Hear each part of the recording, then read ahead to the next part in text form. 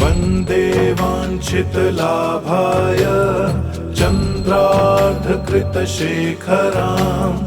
वृषारूढां शूलधरां शैलपुत्री यशस्विनीं। वन्दे वाञ्छितलाभाय चन्द्रार्धकृतशेखरां वृषारूढां शूलधरां शैलपुत्री यशस्विनीं। वन्दे वाञ्छितलाभाय चन्द्रार्धकृतशेखरां वृषारूढां शूलधरां शैलपुत्री यशस्विनीं। वन्दे वाञ्छितलाभाय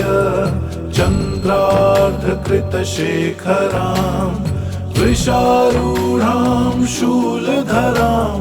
शैलपुत्री यशस्विनीं। वन्दे वाञ्छितलाभाय चन्द्रार्धकृतशेखरां वृषारूढां शूलधरां शैलपुत्री यशस्विनीं। वन्दे वाञ्छितलाभाय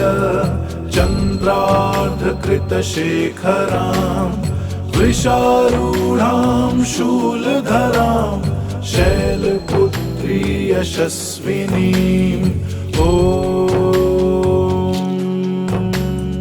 वन्दे वाञ्छितलाभाय चन्द्रार्धकृतशेखरां वृषारूढां शूलधरां शैलपुत्री यशस्विनीं। वन्दे वाञ्छितलाभाय चन्द्रार्धकृतशेखरां वृषारूढां शूलधरां शैलपुत्री यशस्विनीं। वन्दे वाञ्छितलाभाय चन्द्रार्धकृतशेखरां वृषारूढां शूलधरां शैलपुत्री यशस्विनीं। वन्दे वाञ्छितलाभाय चन्द्रार्धकृतशेखरां वृषारूढां शूलधरां शैलपुत्री यशस्विनीं। वन्दे वाञ्छितलाभाय चन्द्रार्धकृतशेखरां वृषारूढां शूलधरां शैलपुत्री यशस्विनीं। वन्दे वाञ्छितलाभाय चन्द्रार्धकृतशेखरां वृषारूढां शूलधरां शैलपुत्री यशस्विनीं।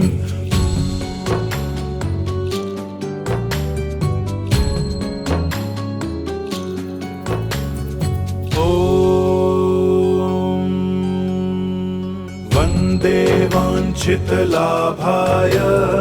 चन्द्रार्धकृतशेखरां वृषारूढां शूलधरां शैलपुत्री यशस्विनीं। वन्दे वाञ्छितलाभाय चन्द्रार्धकृतशेखरां वृषारूढां शूलधरां शैलपुत्री यशस्विनीं। वन्दे वाञ्छितलाभाय चन्द्रार्धकृतशेखरां वृषारूढां शूलधरां शैलपुत्री यशस्विनीम् ॐ वन्दे वाञ्छितलाभाय चन्द्रार्धकृतशेखरां वृषारूढां शूलधरां शैलपुत्री यशस्विनीम् ॐ वन्दे वाञ्छितलाभाय चन्द्रार्धकृतशेखरां वृषारूढां शूलधरां शैलपुत्री यशस्विनीम् ॐ वन्दे वाञ्छितलाभाय चन्द्रार्धकृतशेखरां वृषारूढां शूलधरां शैलपुत्री यशस्विनीम् ॐ वन्दे वाञ्छितलाभाय चन्द्रार्धकृतशेखरां वृषारूढां शूलधरां शैलपुत्री यशस्विनीम् ॐ वन्दे वाञ्छितलाभाय चन्द्रार्धकृतशेखरां वृषारूढां शूलधरां शैलपुत्री यशस्विनीम् ॐ वन्दे वाञ्छितलाभाय चन्द्रार्धकृतशेखरां वृषारूढां शूलधरां शैलपुत्री यशस्विनीम् ॐ वन्दे वाञ्छितलाभाय चन्द्रार्धकृतशेखरां वृषारूढां शूलधरां शैलपुत्री यशस्विनीम् ॐ वन्दे वाञ्छितलाभाय चन्द्रार्धकृतशेखरां वृषारूढां शूलधरां शैलपुत्री यशस्विनीम् ॐ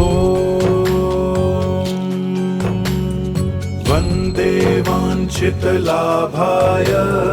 चन्द्रार्धकृतशेखरां वृषारूढां शूलधरां शैलपुत्री यशस्विनीम्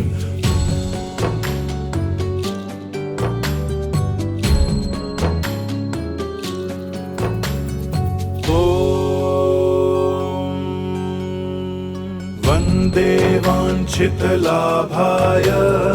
चन्द्रार्धकृतशेखरां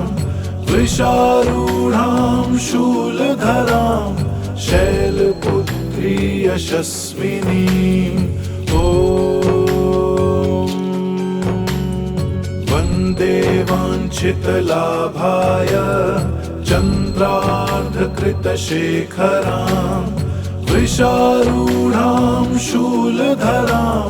शैलपुत्री यशस्विनीम् ॐ वन्दे वाञ्छितलाभाय चन्द्रार्धकृतशेखरां वृषारूढां शूलधरां शैलपुत्री यशस्विनीम् ॐ वन्दे वाञ्छितलाभाय चन्द्रार्धकृतशेखरां वृषारूढां शूलधरां शैलपुत्री यशस्विनीम् ॐ वन्दे वाञ्छितलाभाय चन्द्रार्धकृतशेखरां वृषारूढां शूलधरां शैलपुत्री यशस्विनीम् ॐ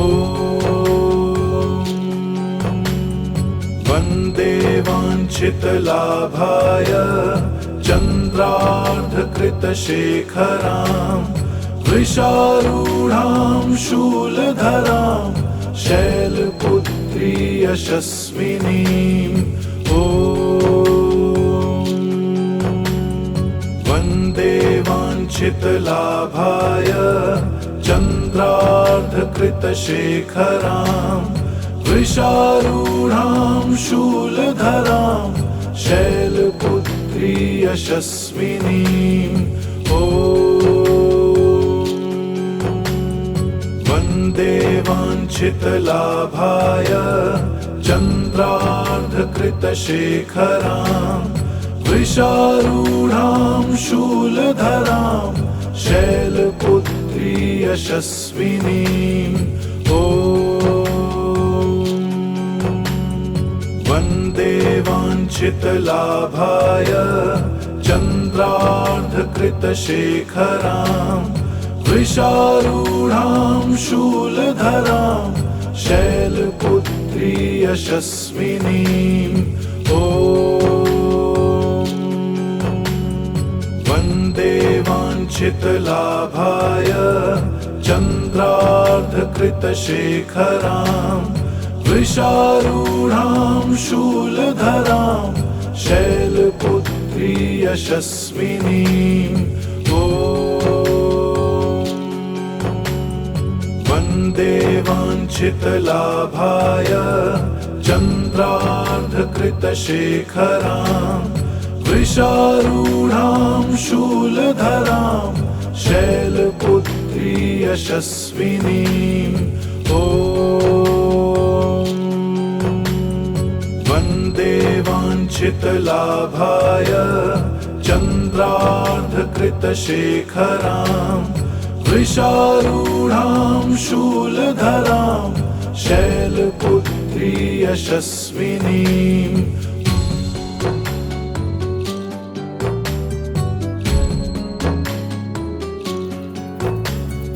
ॐ वन्दे वाञ्छितलाभाय चन्द्रार्धकृतशेखरां वृषारूढां शूलधरां शैलपुत्री यशस्विनीम् ॐ वन्दे वाञ्छितलाभाय चन्द्रार्धकृतशेखरां वृषारूढां शूलधरां शैलपुत्री यशस्विनीम् ॐ वन्दे वाञ्छितलाभाय चन्द्रार्धकृतशेखरां वृषारूढां शूलधरां शैलपुत्री यशस्विनीम् ॐ वन्दे वाञ्छितलाभाय चन्द्रार्धकृतशेखरां वृषारूढां शूलधरां शैलपुत्री यशस्विनीम् ॐ वन्दे वाञ्छितलाभाय चन्द्रार्धकृतशेखरां वृषारूढां शूलधरां शैलपुत्री यशस्विनीम् ॐ वन्दे वाञ्छितलाभाय चन्द्रार्धकृतशेखरां वृषारूढां शूलधरां शैलपुत्री यशस्विनीम् ॐ वन्दे वाञ्छितलाभाय चन्द्रार्धकृतशेखरां वृषारूढां शूलधरां शैलपुत्री यशस्विनीम् ॐ वन्दे वाञ्छितलाभाय चन्द्रार्धकृतशेखरां वृषारूढां शूलधरां शैलपुत्री यशस्विनीम् ॐ वन्दे वाञ्छितलाभाय चन्द्रार्धकृतशेखराम् वृषारूढां शूलधरां शैलपुत्री यशस्विनीम् ॐ वन्दे वाञ्छितलाभाय चन्द्रार्धकृतशेखरां वृषारूढां शूलधरां शैलपुत्री यशस्विनीम् ॐ वन्दे वाञ्छितलाभाय चन्द्रार्धकृतशेखरां वृषारूढां शूलधरां शैलपुत्री यशस्विनीम् ॐ वन्दे वाञ्छितलाभाय चन्द्रार्धकृतशेखरां वृषारूढां शूलधरां शैलपुत्री यशस्विनीम्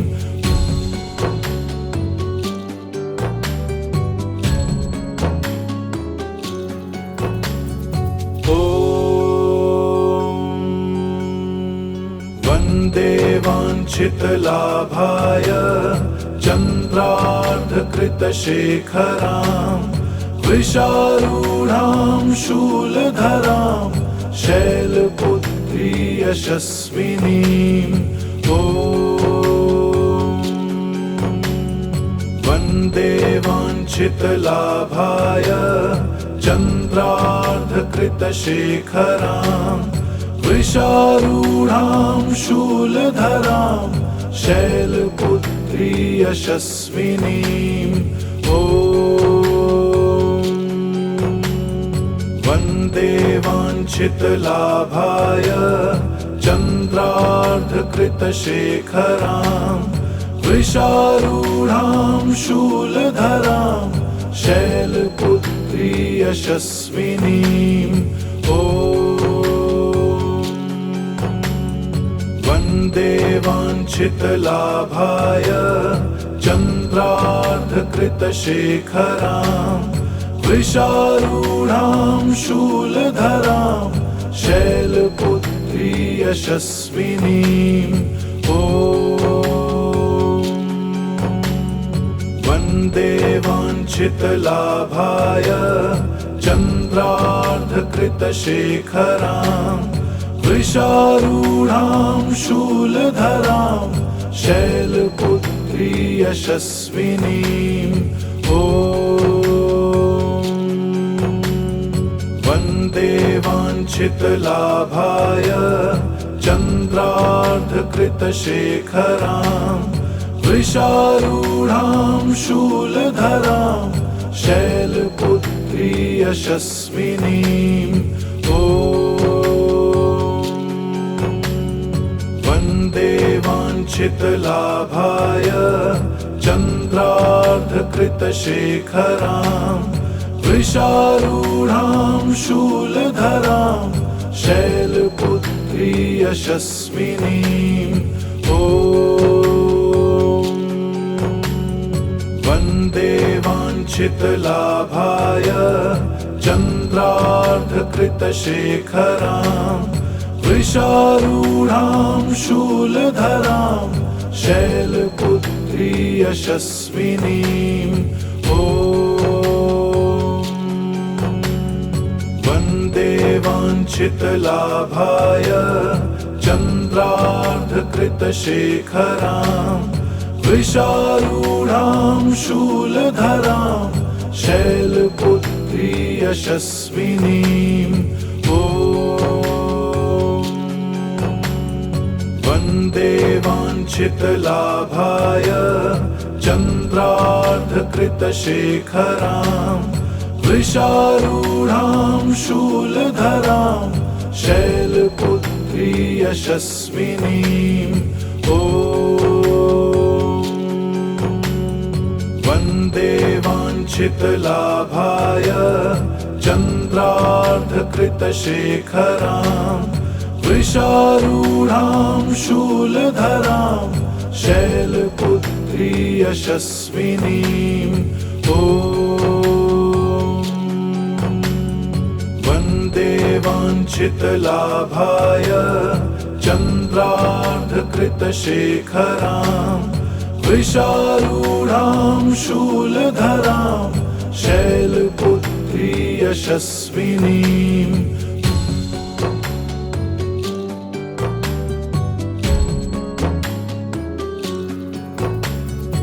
ॐ वन्दे वाञ्छितलाभाय चन्द्रार्धकृतशेखरां वृषारूढां शूलधरां शैलपुत्री यशस्विनीं ॐ वन्दे वाञ्छितलाभाय चन्द्रार्धकृतशेखरां वृषारूढां शूलधरां शैलपुत्री यशस्विनीं ॐ वन्दे वाञ्छितलाभाय चन्द्रार्धकृतशेखरां वृषारूढां शूलधरां शैलपुत्री यशस्विनीं ॐ वन्दे वाञ्छितलाभाय चन्द्रार्धकृतशेखरां वृषारूढां शूलधरां शैलपुत्री यशस्विनीं ॐ वन्दे वाञ्छितलाभाय चन्द्रार्धकृतशेखरां वृषारूढां शूलधरां शैलपुत्री यशस्विनीं ॐ वन्दे वाञ्छितलाभाय चन्द्रार्धकृतशेखरां वृषारूढां शूलधरां शैलपुत्री यशस्विनीं ॐ वन्दे वाञ्छितलाभाय चन्द्रार्धकृतशेखरां वृषारूढां शूलधरां शैलपुत्री यशस्विनीं ॐ वन्दे वाञ्छितलाभाय चन्द्रार्धकृतशेखरां वृषारूढां शूलधरां शैलपुत्री यशस्विनीं ॐ वन्दे वाञ्छितलाभाय चन्द्रार्धकृतशेखरां वृषारूढां शूलधरां शैलपुत्री यशस्विनीं ॐ वन्दे वाञ्छितलाभाय चन्द्रार्धकृतशेखरां वृषारूढां शूलधरां शैलपुत्री यशस्विनीं ॐ वन्दे वाञ्छितलाभाय चन्द्रार्धकृतशेखरां वृषारूढां शूलधरां शैलपुत्री यशस्विनीं ॐ वन्दे वाञ्छितलाभाय चन्द्रार्धकृतशेखरां वृषारूढां शूलधरां शैलपुत्री यशस्विनीं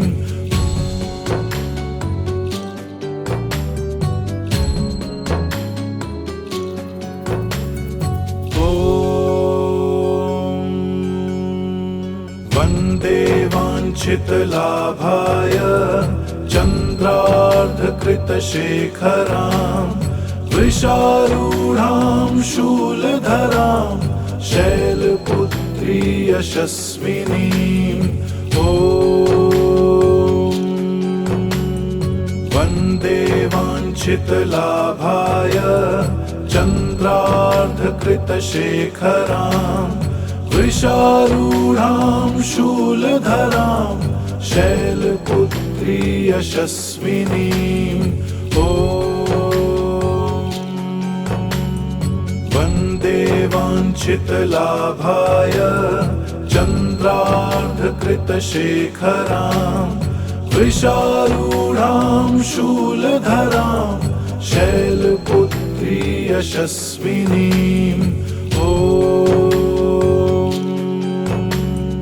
वन्दे वाञ्छितलाभाय चन्द्रार्धकृतशेखरां वृषारूढां शूलधरां शैलपुत्री यशस्विनीम् ॐ वन्दे वाञ्छितलाभाय चन्द्रार्धकृतशेखरां वृषारूढां शूलधरां शैलपुत्री यशस्विनीम् ॐ वन्दे वाञ्छितलाभाय चन्द्रार्धकृतशेखरां वृषारूढां शूलधरां शैलपुत्री यशस्विनीम् ॐ वन्दे वाञ्छितलाभाय चन्द्रार्धकृतशेखरां वृषारूढां शूलधरां शैलपुत्री यशस्विनीम् ॐ वन्दे वाञ्छितलाभाय चन्द्रार्धकृतशेखरां वृषारूढां शूलधरां शैलपुत्री यशस्विनीम् ॐ वन्दे वाञ्छितलाभाय चन्द्रार्धकृतशेखरां वृषारूढां शूलधरां शैलपुत्री यशस्विनीम् ॐ वन्दे वाञ्छितलाभाय चन्द्रार्धकृतशेखरां वृषारूढां शूलधरां शैलपुत्री यशस्विनीम् ॐ वन्दे वाञ्छितलाभाय चन्द्रार्धकृतशेखरां वृषारूढां शूलधरां शैलपुत्री यशस्विनीम् ॐ वन्दे वाञ्छितलाभाय चन्द्रार्धकृतशेखरां वृषारूढां शूलधरां शैलपुत्री यशस्विनीम्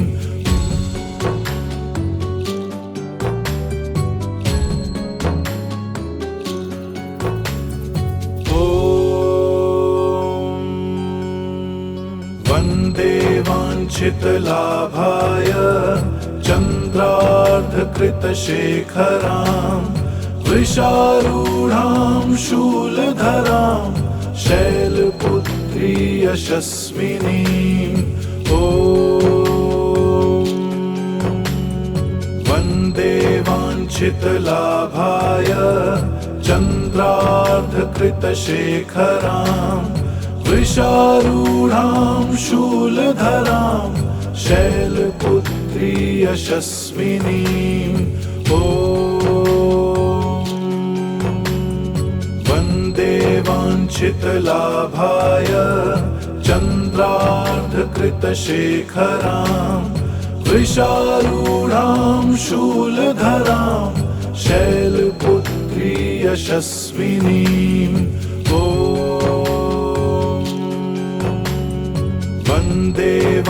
वन्देवाञ्छितलाभाय चन्द्रार्धकृतशेखरां वृषारूढां शूलधरां शैलपुत्री यशस्विनीं ॐ वन्देवाञ्छितलाभाय चन्द्रार्धकृतशेखरां वृषारूढां शूलधरां शैलपुत्री यशस्विनीं ॐ वन्देवाञ्छितलाभाय चन्द्रार्धकृतशेखरां वृषारूढां शूलधरां शैलपुत्री यशस्विनीं ॐ वन्देवाञ्छितलाभाय चन्द्रार्धकृतशेखरां वृषारूढां शूलधरां शैलपुत्री यशस्विनीं ॐ वन्देवाञ्छितलाभाय चन्द्रार्धकृतशेखरां वृषारूढां शूलधरां शैलपुत्री यशस्विनीं ॐ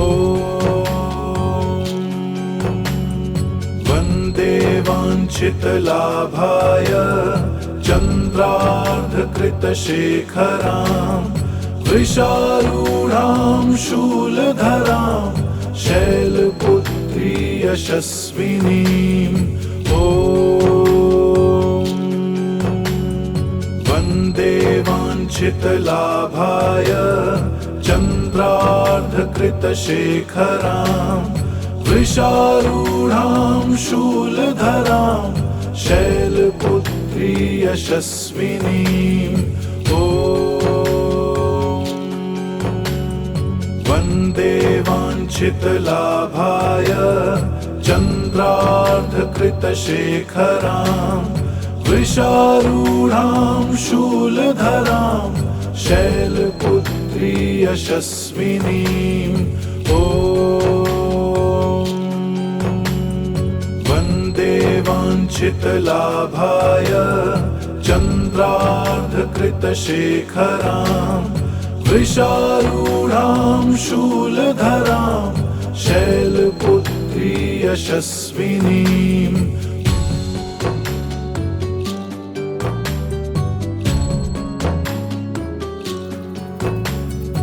ॐ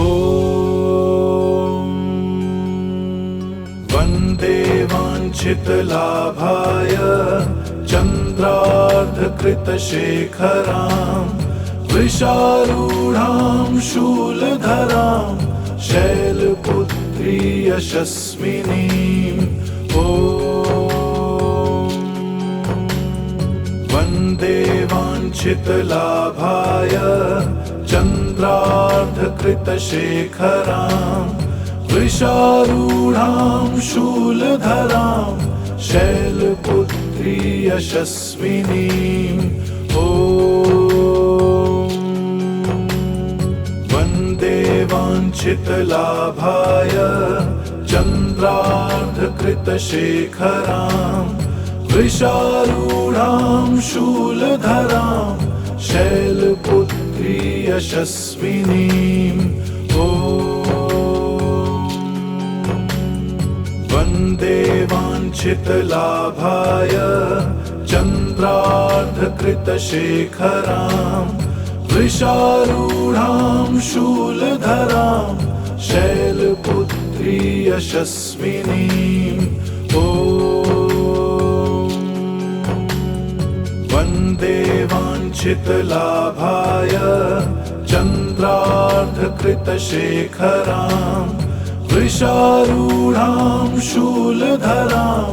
शैलपुत्री यशस्विनीं ॐ